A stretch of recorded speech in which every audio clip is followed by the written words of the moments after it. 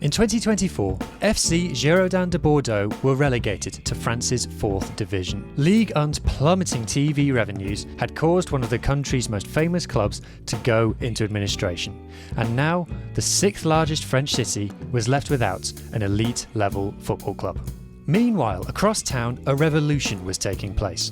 The city's biggest rugby team, Union Bordeaux-Begles, were starting to assert themselves as giants on the European stage. This season, they contested their second consecutive top 14 final, and for the first time, they were crowned European champions. And along the way, they were drawing spectators in game-changing quantities. Club rugby attendances are one of the sport's hottest topics. In the UK, it feels like it is never far from the agenda, and it's still a bone of contention in places like Australia, New Zealand, and even sometimes South Africa. All clubs are trying to grow their fan base, but many can't agree on what it takes to do that. Is it marketing, success, history, location, cheap tickets, or even style of play? One place that seems to have cracked the code for attracting fans is France. The French Top 14 is the best attended rugby competition in the world, with some clubs selling out their capacities for dozens of games in a row. But even accounting for the huge popularity of the French Top 14, what Union Bordeaux-Begles have achieved is almost unprecedented. Their average attendance of 32,864 puts them well clear of any other rugby club in the world. And what makes this even more remarkable is that just 20 years ago, the club as we know it today didn't even exist. So what are they doing right? Is their growth solely down to the demise of the football team, or is there something more that this relatively new club is doing to connect with the population of this historic French town? To answer this question, I sat down with my friend, UBB fan and podcaster, Maz Mc. 32,000 fans a week, the most of any rugby club in the world. What do you put that down to? How have they managed to achieve that? Even, we started going 15 years ago, 16 years ago. And even at the time when they weren't doing well, they were still getting 23,000 people in to the stadium. It wouldn't be full, but they were still getting pretty decent crowds. Then as they started to get a little more successful, obviously that attracts more people. Also, they no longer have a football team. The football team was relegated for all kinds of finance problems. And they're in the, 4th division or something like that. It was a sad story. The whole thing about the Ligue 1 and the TV money and things just all vanished and all sorts of bother. Yeah. And I don't know the full story behind it. But then you had a lot of people, because they had a brand new stadium, Maz Mc, built out outside the city. And it is an absolutely fantastic stadium. And you were left then with people with nowhere to go. And you had a lot of people always at Bordeaux, at the rugby, that went to both, because especially if the games were on the same day.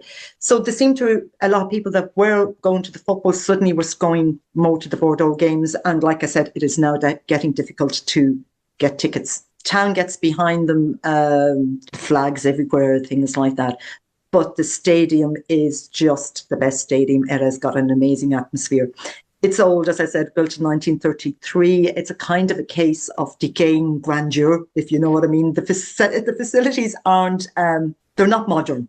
That's what I can say. But there's something very special about it, and especially a nighttime game. It's quite near the city centre. You could walk out from city centre in about 20-25 minutes. So there's that as well. Easy to get to. The facilities around it, lots of bars, lots of restaurants that all do their kind of match day menu. Like you'll get people, the match could be at 9 o'clock at night, and you'll have people booking the restaurants at 12 o'clock in the day. So you can to make a day of it. Whenever I see about people who go and visit Bordeaux, they're always taken aback of like, wow, rugby's really mainstream here. Like most places in the UK, again, is football first, or even if you go somewhere like Bath or somewhere which is rugby first, it's like a side thing. It's not the main thing of the city. People are always surprised when they go to Bordeaux of like, there's a picture of Maxime Lucu in a shop window. Like it's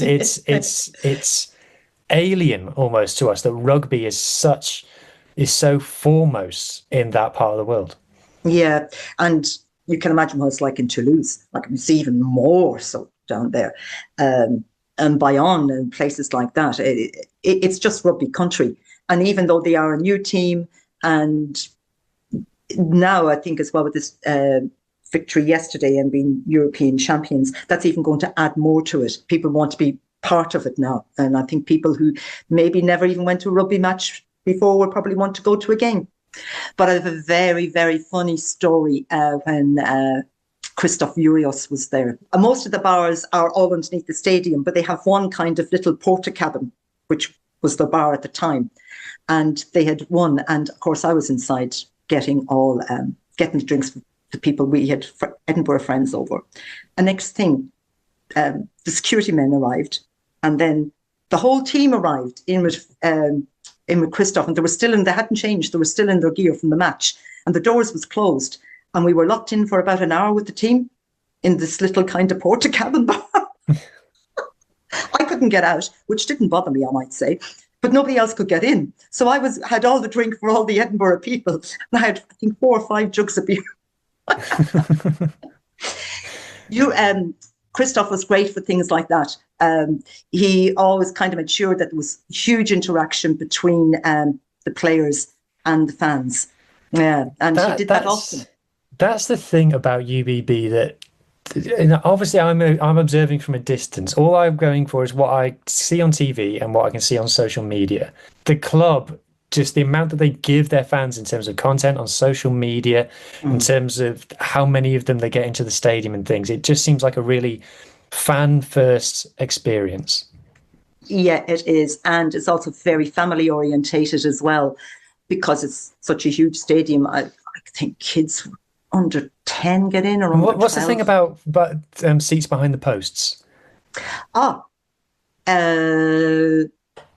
price are they? €7 for a seat behind the post.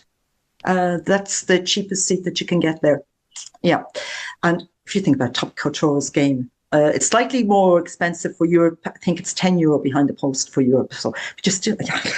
Still not very much. You can go and see UBB play Toulouse for €7. Yeah, it's quite extraordinary. But that's what they've also tried to do, to bring in people, make it affordable for people to go. So you have a big stadium to fill, sell the tickets cheaply, and they'll come, and they do. And they do. How much does the style of play feed into that? Does UBB, being an exciting team, a counter-attacking team, a flair team, feed into the love they get from the fans? Oh, it absolutely does. It really does. They almost can feel something going to happen from the halfway line, especially when they see somebody getting the ball and they can go, oh yeah, this is going to happen, this is going to happen. And they are just building a momentum all the time. And the whole stadium absolutely shakes when they score a try. It really does. They just adore them. They absolutely adore them. And likewise, both and for the team as well, they adore their fans. They have absolutely no problem ever. If you meet any of the players on the street, in a bar afterwards or things like that, they will just stand and talk to you like they've known you for ages. Lucu is a great example of that. He will just chat to you, no problem.